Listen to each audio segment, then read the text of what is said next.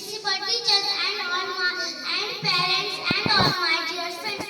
My name is Aradhya Bhausar Bodke. Today I am going to speak a few words about Bal Gangadhar Tilak. He was a great philosopher and freedom fighter. He was born on 23 July 1856 at Ratnagiri in Maharashtra. His father's name was Sri Gangadhar Tilak and mother's name Parvati Gangadhar Tilak. He was popular known as Lokmanya Tilak. His famous first shall have it. He directed his entire life for the service of the country. He died on 1st August 1920 in Mumbai. Thank you.